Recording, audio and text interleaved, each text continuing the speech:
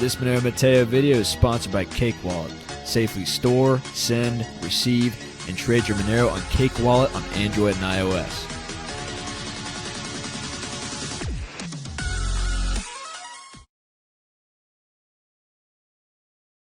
What up, Monero Matteo? Welcome back. Good to be with you guys today. We're talking a little bit about the Freedom Coin Covenant. I know, get excited. It's been a while since we've visited this subject. The Freedom Coin Covenant still has a very soft place in my heart, guys. I love the R-Mateys. I love the Haven Mavens, the X-Chads. I love the Dero bros, even though they're a little bit more on the cold side. I tried to get them on to do an interview, but I just couldn't get anybody. They're like, just stick around the Discord, ask questions here. I'm like, yeah, okay. I'm not a Discord person. I'm not much of a social media person to begin with. I'm trying to get off that stuff, actually, more so. But we got to keep the war going. We are in a war, aren't we? We're in a financial war, and it's all about building parallel economies, which is exactly why I've been focusing more on Monero lately. Because we all know Monero works. We all know Monero has incredible fundamentals. We know about Haveno, the peer-to-peer decentralized peer exchange that is going on, which is going to make it so that you could swap your national currencies into Monero. So it's going to be like a bridge between the free, unregulated market, the underground market, and the regulated market. And they're updating stuff all the time. We got Seraphis coming, which I want to make a video about, which is going to make it more private. It's going to make wallet download speeds faster, from what I understand. And there's just Monero has the best heuristic track record for working as a private fungible cryptocurrency, period, the end. I know that some people say that Pirate Chain is more private. Okay. We need to see the adoption, though, of that. And we're going to be talking a little bit about Pirate Chain tonight. Not as much as we're going to be talking about Dero and Haven, just because there are more developments going on there. But, you know, they have some audits happening, which is good. We want to see some audits. But frankly, my position is that because Monero is trusted by everybody to be private digital cash, which works, that's what we need to go with. That's why we're Monero first. That's why we're using that as our vehicle to build the parallel economy so that we could tentacle our ways out of this new technocratic, panopticonical 1984 brave new world, right?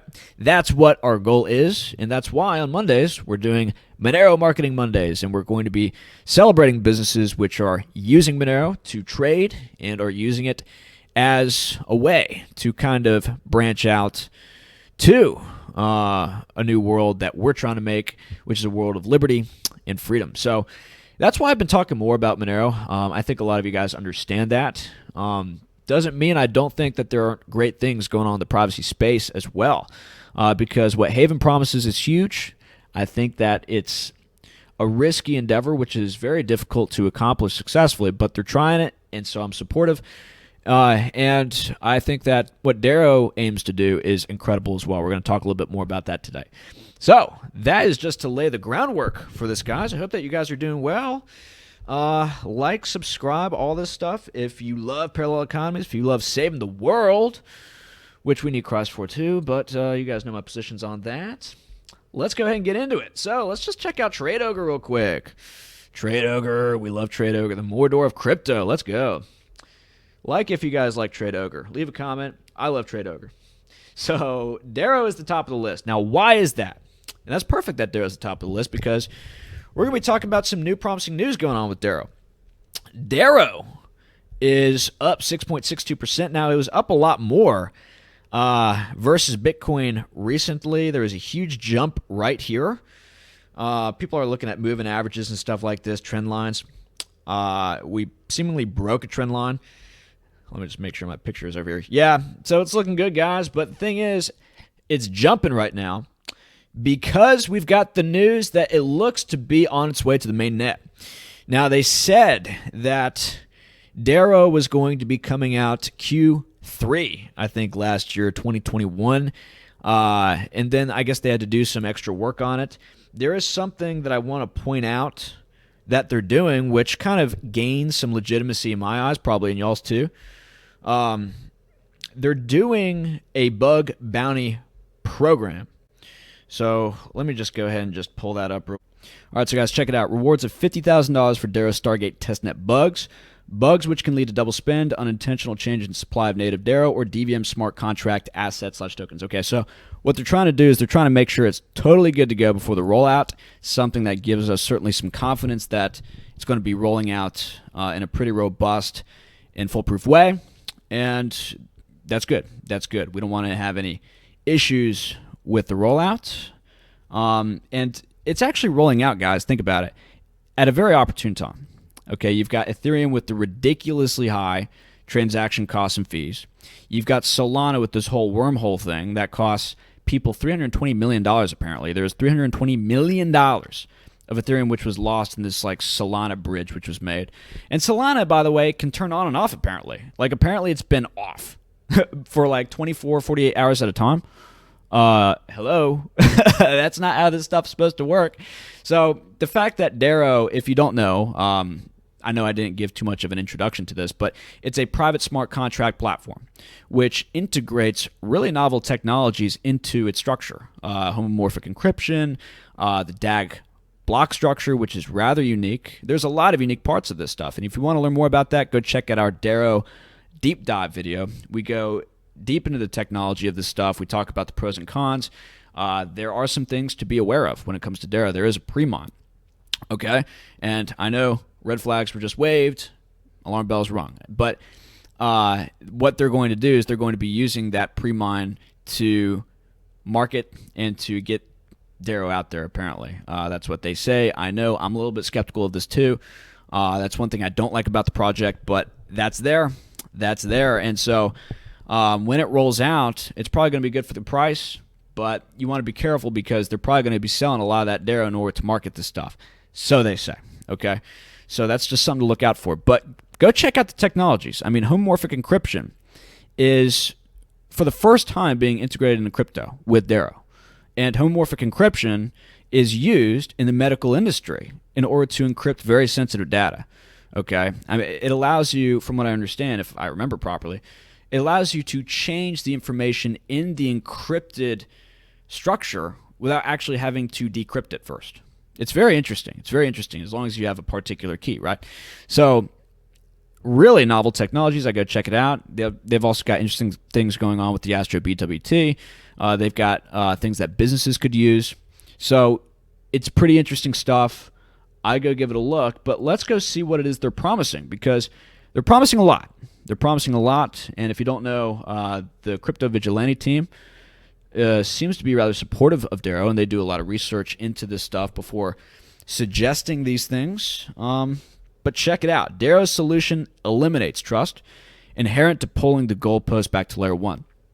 And if you don't know, with Layer 2 solutions, Layer 3 solutions, there's an extra element of trust there. You have to trust not only that the fundamental blockchain doesn't have an issue, but the Layer 2 doesn't have an issue. You know, we look at Solana. We were just talking about the whole wormhole thing. You know, as you build up layers, there's ever more complexity and there's ever more risk. Dero is trying to do everything on Layer 1, okay, which makes everything more basic, which makes everything more simple, and that much more robust and trustworthy, okay? So moving on, prevents chain analysis. And we've talked about chain analysis here a lot on the channel. We probably don't need to go back through this. There are more videos I need to do because apparently some chain analysis companies, I think like Chainalysis or CipherTrace, I can't remember which one, they are honey trapping people. You know, people, they go onto these websites like blockchain.com in order to check on their transactions to see whether or not it's going through. Apparently some of these websites behind the scenes are run by these data analytical chain analysis companies, these forensics companies. And they are then able to link your internet signature or your activity with the wallets you're looking at, the transactions you're looking at, and then they're able to pretty much link you to your wallet. Crazy stuff going on. I mean, we've read about all the craziness going on with chain analysis companies recently, and this isn't just for people who want to kind of be off the grid and be in this underground parallel economy that we're trying to build. It's for businesses too, because if your competitor can hire a chain analysis company in order to dig up financial research on you, to know who your vendors are, to see what deals you're getting, blah, blah, blah, if that asymmetry goes away, you lose a competitive edge. And so businesses, contrary to what a lot of people think, they don't want to have these transparent, you know, blockchain cryptos to use all the time, maybe to settle stuff. That's like the best use case I could think of. But still, I mean, you're still wanting to make the case that businesses just want to have everything known to the world. No, they don't. Businesses want to retain as much sensitive financial data as they can so that they could negotiate better prices with vendors, because if the vendors know more about what kind of deals they're getting from other people, maybe the vendor's going to try to get a better deal, right? And so the more information you have, which is private as a business, the more negotiating leverage that you have. And so more businesses are going to want to kind of be out of the realm of chain analysis and forensic analysis, okay? Now, whether or not that's going to stay legal, I don't know. That is a risk. But if more companies are able to take this on, and we have, by the way, seen Perkins Coie, which is a big international law firm, they've come out in support, not necessarily in support, but they've come out and said that Monero is okay. I mean, because you have view and spend keys, and because Dero, as far as I understand, is going to have view and spend keys, which allows you to opt into regulation. I think they're smart contracts. You have a choice to have it be public or private. That means that it's actually regulatory compliant. It's actually regulatory compliant, and it could optimize, actually, people's financial liberty. So that's number one. That's one thing to note. Where was I? Allows complete freedom of movement for all assets directly between users, removes the custody problem for contract-emitted assets, allows for trustless on-chain balance summing of all assets, so on and so forth, all in layer 1. None of these things are possible with trusted contract encryption on top of a public chain or on layer 2 solutions. So that's their claim. That's pretty huge, right? That's pretty huge, bruh. So let's go on to the next comment about what's going on with Dero. What is this garbage? What is going on here? Okay, well, that's totally unnecessary. Was that all I needed to talk about for Dero? I thought I had more. I apologize. So here we go. Here's one more thing. And we're going to link this in with our next conversation, which is about Haven. So apparently on Dero, you're going to be able to have collateralized private stablecoins. Okay. Now, Haven uses a different model. They use the algorithmic private stablecoin structure, which is similar to the structure that Terra has, Terra Luna, which has gone freaking nuclear over the last year. It's now, I think, the number 9 crypto, which is incredible. But basically, Haven's got the same algorithmic stablecoin setup as Luna. Now, there are some differences that are more nuanced, but generally they use the same mint and burn structure. For Dero, you could have assets that back the private stablecoins, or back the stablecoins. It could all be done privately. Okay. Now, how much people are going to trust how this works in the back end, I don't know. Maybe there's going to be audits. I'm not sure. But that is a possibility from what I understand. So that's it. Let's move on to Haven. Again, if you want to learn more about Dero, it's pretty cool. Check out our video on it. This video is from CTO Larson. Now, recently, there was another issue with Haven, which we're about to talk about, because it went from like $20 down to $2. Okay, it crashed again. Again, this is very risky business, ladies and gentlemen. But if this works, there's a lot of great potential.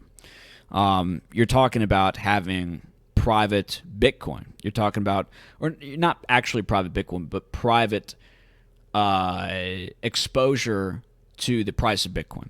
Private exposure to the price and the value of different national currencies, even euros, yen, yuan, silver, and gold. They're thinking about even real estate. If this stuff really gets off the ground and starts to work, real estate investment trusts, you get exposure to the value of property. You can maybe get exposure to the value of anything. I mean, everything is turning into something which could be traded, it seems. Maybe sports teams at some point. But you can do it privately with Haven, with their mint and burn structure. And because it's based on Monero, the code base, it's private. So it promises a lot, but it's very difficult to get right because of reasons we've talked about with Hawk. We've done an interview with him, which is very educational about what Haven is. Go check it out. And we've I've also made other videos on this, and we're going to give you an update on Thorchain, which is a new development going on, which if Haven gets its stuff together and this new update that they're coming out with on February 9th works as intended, once they get integrated into Thorchain, there's more liquidity going into these X assets. There's going to be some potential there to look for. So let's go ahead and listen to CTO Larson, who's got some pretty cool takes on crypto. Go give him a follow.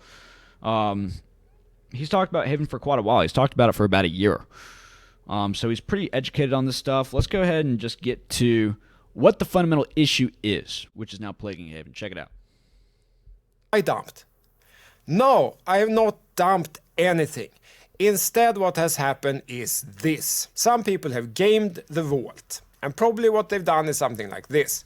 Take your XHV in the vault, you send the XHV to an exchange. Then you sell the XHV to XUSD. And since XUSD has been trading at below $1, maybe you could buy it at 90 cents. Then you send those XUSD back here into the vault, and when you convert in the vault from XUSD to XHV, it will be converted at $1. So if you could buy the XHV at 90 cents and convert it using $1, you've created an infinite loop here where you can make 10% on each iteration. And has XUSD been trading below $1? Well, let's check. $1 is here, and as it turns out, yes, it has. And after XHV 2.0 activation here, this has in fact led to an increase in XHV supply. Perhaps. Because there has also been a reduction in the X asset supply during the same period. And then it is natural that some of this is converting back, meaning minting back into XHV. The team is not unaware of this. They have made a mitigation proposal to slow down this loop and make it more risky in case. Yeah, so basically you have an arbitrage issue. You can go on TradeOgre and you could buy XUS dollar for cheaper than what you could get in dollar terms for Haven, okay? And because the lock times are not very long, you take on a little bit of risk by making that conversion, which takes 1 or 2 days. But, you know, if XUS dollar is consistently below the dollar value that you get for Haven when you burn your XUS dollar for Haven in the vault, then you have a high probability of a profit in doing that. And so what they're going to try to do is they're going to slow down the unlock times, okay? They're going to make it longer so that people have less capacity in order to game this particular big spread that is between the bid and the ask, right?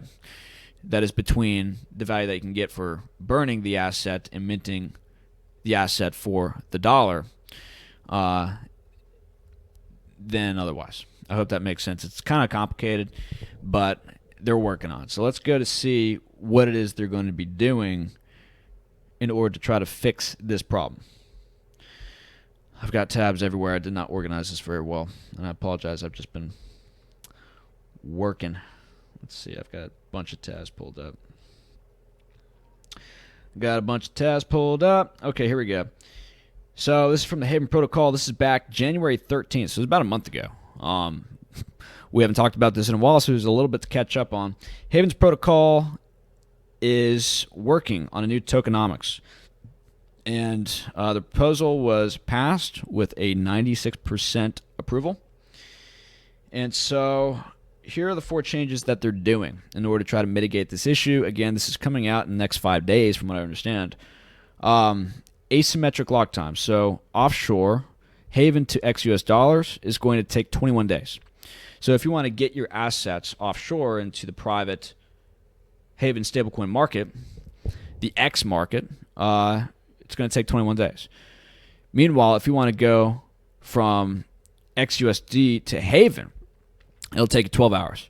So according to them, this creates a better balance to encourage XUS dollar use, disincentivize Haven vault trading, and improve XUS dollar external peg. It makes it more costly in both risk plus time to manipulate the protocol. So the idea is not necessarily to set up like a shadow trading market. At least right now, they don't have the liquidity for that to happen, because what we just talked about could happen. The bid and ask spread is just too large. Arbitrage could be taken advantage of, and the lack of liquidity could lead to a downward spiral. So, moving on. Streamlined conversion fees. Flat 0.5% fee for all Haven to ex-US dollar conversions. Just make sure I'm recording. By eliminating priority options and their higher fees, ex-US dollar conversions will be brought into line with ex-asset conversions, making things simpler for users. Okay. So they've thought this stuff out. I don't want to go too intellectual here because I just haven't been keeping up with this. So I'm just trying to give you guys the updates. Eliminate delta advantage. There's that. They're trying to reduce the volatility and the capacity to take advantage of that. And then implement change unlock feature, increase flexibility for users during the time their funds are locked after XHV to ex-US dollar conversions. Allows change created from each conversion transaction. Okay, we could go on and on and on, but it's a complicated project, okay? To get this stuff right and to find a good balance is obviously incredibly complicated. But here's the thing. In order for this ultimately to be overcome, they're just going to need a lot more liquidity. And CTO Larson admits this at about minute 5. So let's go here. Check it out. Protection in place, but there is a much stronger defense. What is that? Now this is almost exactly what happened, unfortunately. And I hope by now that it's clear that the growth is a survival necessity, not a nice to have. It's time to first fix this problem with a short-term mitigation opportunity and then pull out all the stops with marketing and outreach, because the only true defense against this kind of gaming is the growth. It is the constant inflow of capital making this kind of gamings risky and less attractive to do. So is the idea with Haven XHV dead now that it turns out that you can game it like this? No. How can I say that with such certainty? Well, because Terra Luna is doing the exact same idea. It's the exact same mechanism. And looking back at the history, I couldn't quite remember, but so I looked back on the history. Terra Luna was created in January 20. So yeah, now he's talking about Luna. We just made that comment. I actually made that connection because of his video, but you heard him. And I know alarm bells just rung again because it's like, oh, more capital needs to go into the project in order to make it work.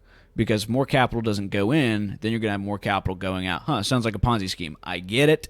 That is kind of the sound of it. But the thing is, you need more liquidity. It's not necessarily that you just need endless growth. You need to get to a point where you have so much liquidity that you don't have that lack of volatility, which makes it so that you have the XUSD at $90, which can then be put into a vault to be burned and minted for $1. Okay.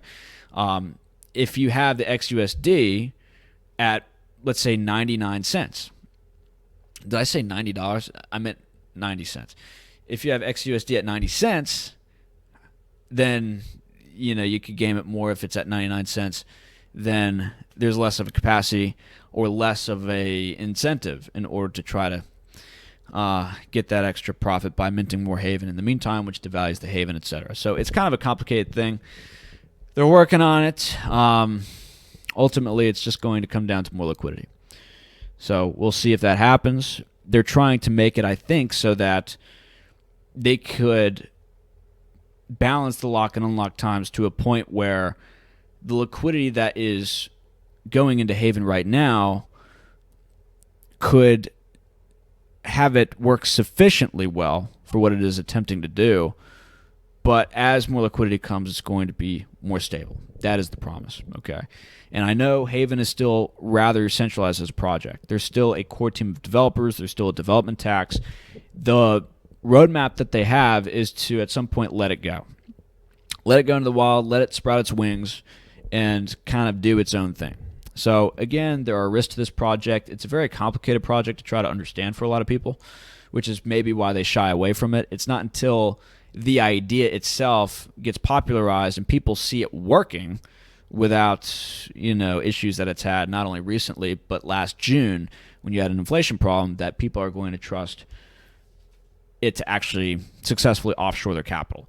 For now, what they're probably going to do is they're probably going to use Monero just to do that until Haven gets its ish together, which I hope they do. I hope they really work this stuff out. I support them totally because I think having this succeed would mean a lot for private decentralized finance.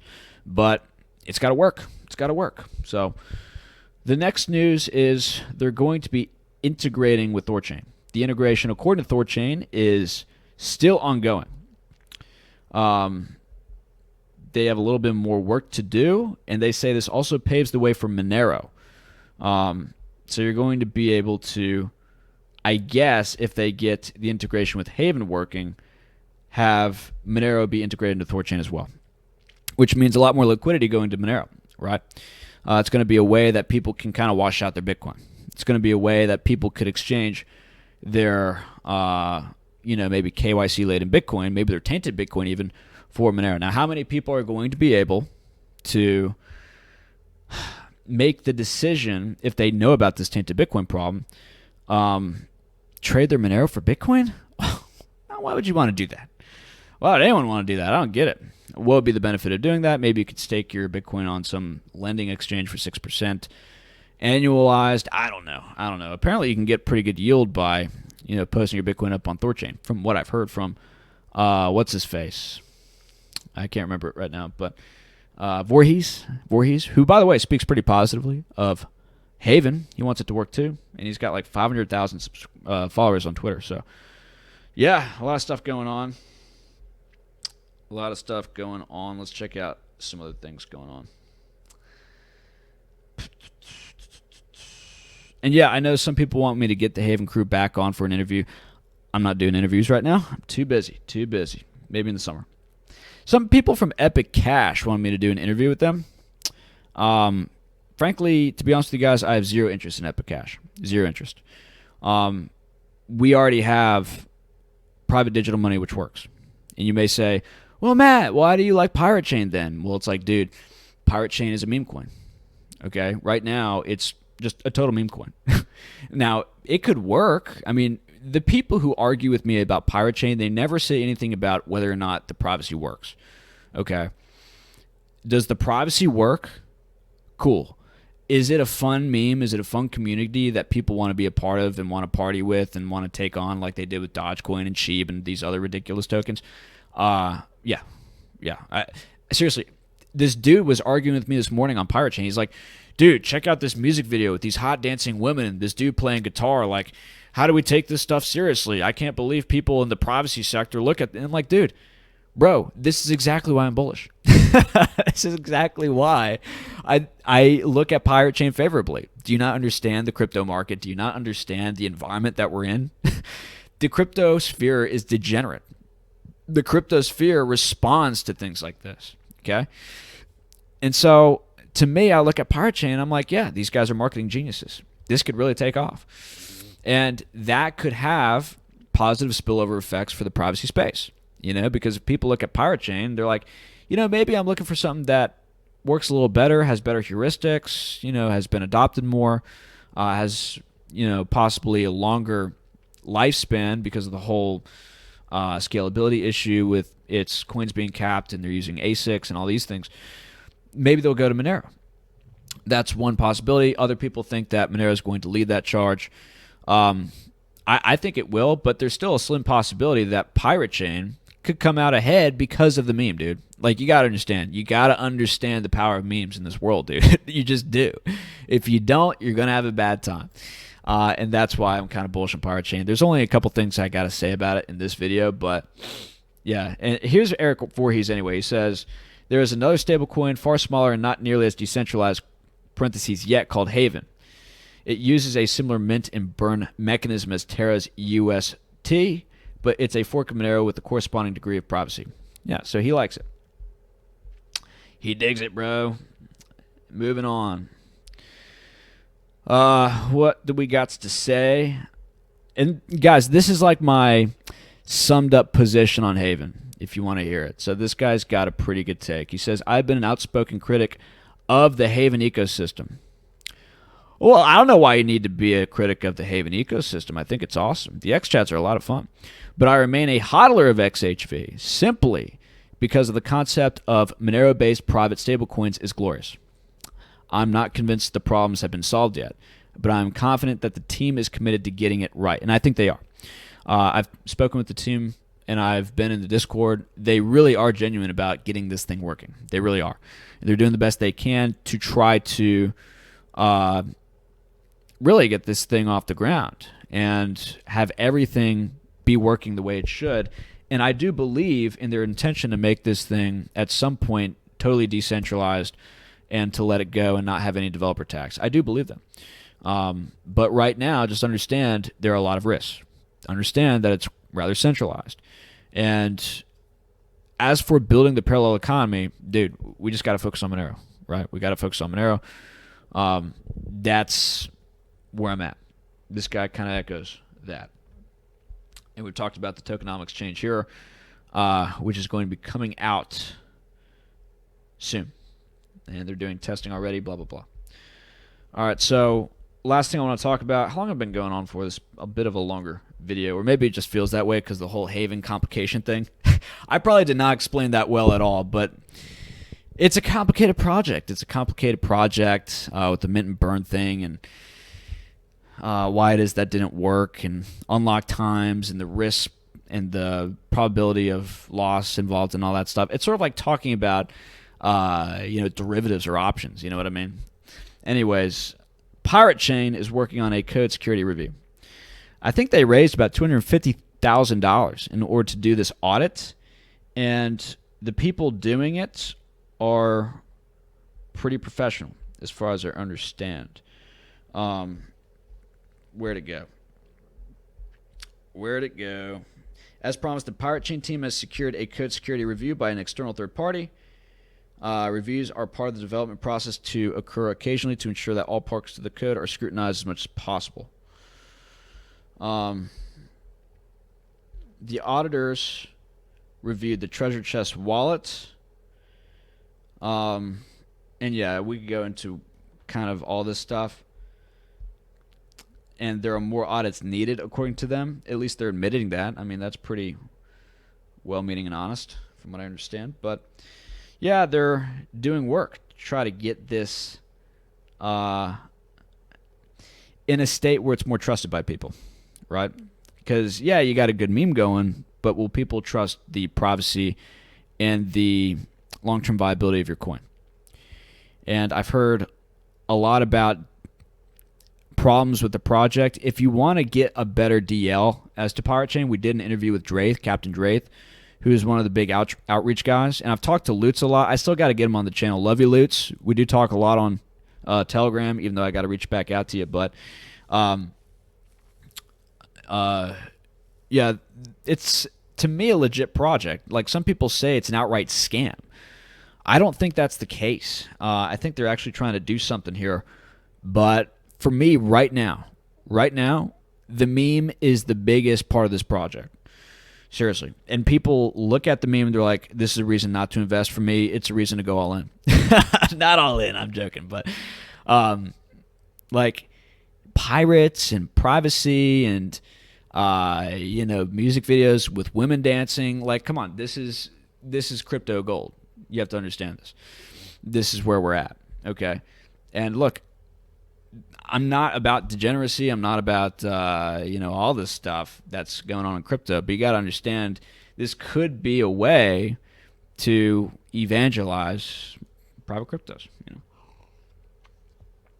Just my takes. If you disagree. Leave a comment. But the guy auditing this stuff is Jean-Philippe Amasion. He is a world-renowned expert in cryptography, co-founder of TesseraKit, and head of security of Taurus Group. He has a PhD, and he's worked a lot in cryptography and all that stuff. So he's a pretty smart guy. So some people say it's used by nobody. Not entirely the case. They have a lot of people using this stuff. And I've actually done shows with Lutz in his pirate chain crew on the Discord, I think, of people who accept this stuff, merchants who accept this stuff. So it's a real thing. Here is a plugin that you could use if you want to accept R. And look, I'll do this too. How about this? If you accept Pirate Chain, you can reach out to me too, and I'll give you a shout out as well. Because anyone who is adopting private cryptos for real world trade, I think that is awesome. You guys are truly in the trenches. You guys are doing great work. Reach out to me. I'll give you a shout out too. Because you're taking the initiative. I like it. That's all. That's all. That is all. Let me know what you guys think about the Freedom Coin Covenant. I might have to do another nature walk to talk about this stuff because it's kind of heady. And I have not been in this sphere, really. I've been focusing more on Monero and things going on in the world. Again, I'm not a tech guy. I just kind of like take this stuff and it's like, okay, cool. This sounds like it could be useful. You know what I mean? I'm very much like a caveman when it comes to this stuff. It's like, oh, does this work? What are its functions? What could it accomplish? And will it get the banksters off my back? Will the Satanists leave me alone if I buy this? You know what I mean? So that's my perspective. Cool things going on. Xano and Concealed Network are having some developments as well. I haven't seen too many developments going with Xano lately. Mr. Quibs, maybe you've got some deets that you could give me. Same thing with the other dude on Telegram I used to talk to. I think your name was like Gigabytes or something like this. You're a pretty smart guy. I enjoy talking to you. Concealed Network's got some work being done. So, yeah, cool work, guys. Cool work. But, guys, most important thing is building our parallel economy. Most important thing that we could do right now is get people to adopt Monero for trade and for goods and services. Period. The end. That's the most important thing. And if they adopt other cryptos that are private too, cool. I'll give them a shout out because at least they're in the space of knowing the importance of using private crypto in this time. Okay, that is key. That is key. And if one of those cryptos fails, that maybe we're not totally on board with, maybe like your local gold bullion dealer is using Concealed Network or is using Pirate Chain instead of Monero, that's not going to get me upset. Okay, because if he decides, you know what, this ain't really working, there's like a bug, this is a problem, oh, it's a scam, that stinks, but I still like private crypto, cool, well, maybe he's going to go to Monero anyway. So anyone who uses private crypto for building the parallel economy, mwah, I love you. I love you. I love you. That's what we need. So that's about all. I'm pretty tired. I ate cake for dinner, guys. I ate cake for dinner. I got my head bashed in at boxing. So I'm a little bit kind of here and there. Me talking about Haven after I got my freaking butt kicked at boxing, like literally my nose is bleeding. I have a black eye. You may not be able to see it. So me talking about like the intricacies of the Haven protocol right now is not really working, especially after I ate cake because I didn't want to cook my chicken over there. I was just not in the mood. So it's one of those nights, man. It's one of those nights. But let me know what you think. Let me know what you think. Monero Matteo. Check out the social media links below for Gab, for Telegram, for Odyssey especially. We love Odyssey. We have over 500 followers on Odyssey. Thank you guys for coming to follow on Odyssey. That's really key. And, yeah, that's it. That's it. We'll see you guys next time. God bless.